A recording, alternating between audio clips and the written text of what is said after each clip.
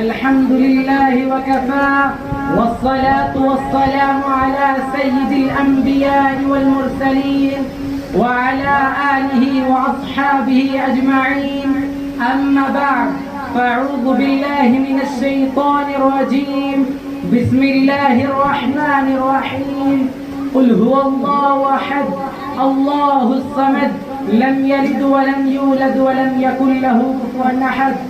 ترجمہ، نبی کہہ دیجئے اللہ یکتا ہے، اکیلا ہے، وہ اللہ بے ہما و باہما سب سے اعلیٰ ہے، تولد اور تناسل سے بری وہ ذات برتر ہے، نہ اس کے جوڑ کا کوئی نہ اس کا کوئی ہمسر ہے۔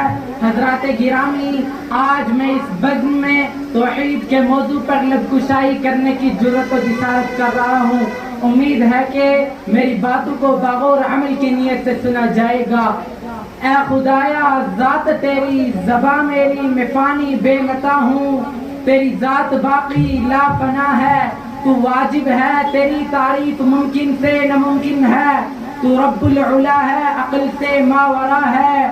مجھے حیرت ہے کس طرح تیرا انکار کرتے ہیں، جہاں دیکھوں جدھر دیکھوں وہاں جلوہ نما تو ہے۔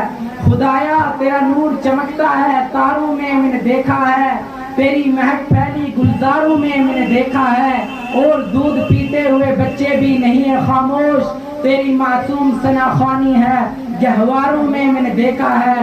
اے خدایا، میں نے تجھے دیکھا ہے قرآن کے پاروں میں، آقا کے اشاروں میں، معصوم پیاروں میں، ایمان کے سواروں میں۔ میرا معبود ہے تو، میری شریعت تو ہے، تیرے پاک نام پہ اے خدایا میرا تن فدا، میرا من فدا، میری روح میری جاں فدا، تیری بندگی میری آرزو۔ اللہ جل جلالہ، تیرے در پہ لاکھوں اغنیاء وہ گڑ گڑاتے ہیں وہ صدا، تیرا بید پھر بھی نہ کھل سکا۔ اللہ جل جلالہ، مولا تو حنان ہے، تو منان ہے، تیری سب سے اونچی شان ہے، کل من علیہا فان ہے، ویبقى رب الرحمن ہے، رہ جائے گا بس تو ہی تو۔ اللہ جل جلالہ۔ دوستو، بات حقیقت یہ ہے کہ اللہ تبارک و تعالیٰ ایک الا اللہ لفسدتا، اگر زمین و آسمان میں اللہ کے علاوہ چند معبود ہوتے تو دونوں میں فساد ہو جاتا، اس کا سارا نظام دھرم بھرم ہو جاتا۔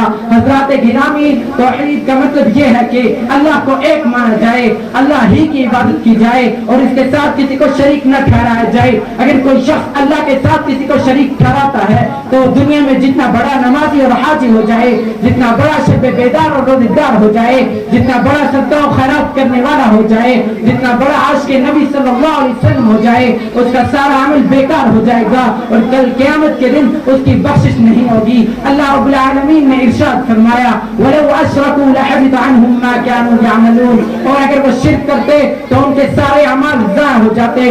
دوستو، غور کیجئے، لیکن جلیل القدر پیغمبروں کے بارے میں کہا جا رہا ہے، یا ان جلیل القدر پیغمبروں کے بارے میں کہا جا رہا ہے جنہوں نے خدا کے احکام ہم تک پہنچائے، یعنی حضرت ابراہیم علیہ السلام، حضرت اسحاق علیہ السلام، اور ایسے ہی نبیوں کا ذکر کر کے آخر میں اللہ تبارک و تعالیٰ نے ارشاد فرمایا اگر وہ شرک کرتے تو ان کے سارے اعمال ضائع ہو جاتے۔ غور کیجئے، اگر اللہ تبارک و تعالیٰ اپنے محبوب رب العالمین، اپنے پاک محبوب کو اس عمل کے کرنے سے نہیں بخشتے تو ہم اور آپ کس کھیت کے مولی ہیں؟ افسوس ان عقل کے ماروں پر جو ایسی چیزوں کو خدا مانتے ہیں جن کے بارے میں اگر ایک کم عقل اور کم عقل بھی سوچ لے تو پھر سکتا ہے۔ اسی کو کسی شاعر نے کیا یہ خوب کہا ہے، ہم ایسے خداؤں پہ حیران پڑے ہیں جو سنگی مزاج اور دل کے کیڑے ہیں، پڑے ہیں کھڑے ہیں جو ناپوت بندے خدا سے بڑے ہیں۔ کوئی مٹی کو خدا مانتا ہے جو اتنی نازک ہے کہ اگر پانی سے نہ بچایا جائے تو گل کر نشان ہو جائے گی۔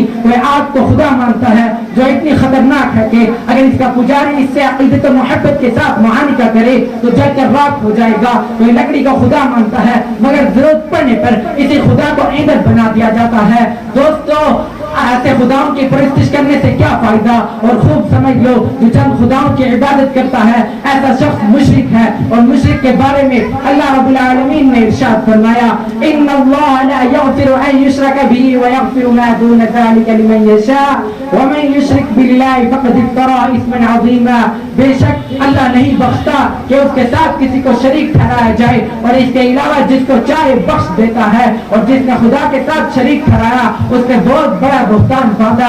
ایک دوسری جگہ ارشاد ہے انه من یشرک باللہ فقد حرم اللہ علیہ الجنۃ ومأواہ النار وما للظالمین من انصار. بے شک اللہ نہیں بخشتا کہ اس کے ساتھ کسی کو شریک ٹھہرایا جائے، اور جس نے خدا کے ساتھ شریک ٹھہرایا اس پر جنت حرام کر دی گئی اور اس کا ٹھکانہ جہنم ہے، اور ظالموں کا کوئی مددگار نہیں. حضرات گرامی، معلوم ہوا کہ مشرک مغفرت خداوندی سے محروم رہے گا، اور کل قیامت کے دن اس پر جنت حرام کر دی جائے گی اور اس کا ٹھکانہ جہنم ہوگا، کیونکہ اس نے شرک کیا ہے. شرک بہت بڑا ظلم ہے. ارشاد ہے ان الشرک لظلم عظیم، شرک بہت بڑا ظلم ہے. یہی وجہ ہے کہ جتنے انبیاء کریم السلام اس دنیا میں مبعوث ہوئے سب کا پہلا مقصد یہی تھا، اے لوگو شرک کو چھوڑ کر وحدانیت خدا بندی کا اقرار کر لو. حضرت ہود علیہ السلام آئے تو انہوں نے بھی توحید کی دعوت دی. حضرت نوح علیہ السلام آئے تو انہوں نے بھی توحید کی دعوت دی. حضرت ہود علیہ السلام آئے تو انہوں نے بھی توحید کی دعوت دی.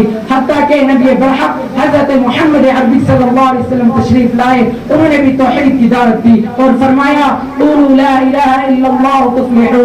معلوم ہوا کہ توحید اہم بنیادی رکن ہے. اس کے بارے میں اگر کسی کا دل شش و پنج ہے تو اس کی ایمانی کمزوری ہے، نہ اس کی نماز مقبول نہ اس کا روزہ مقبول.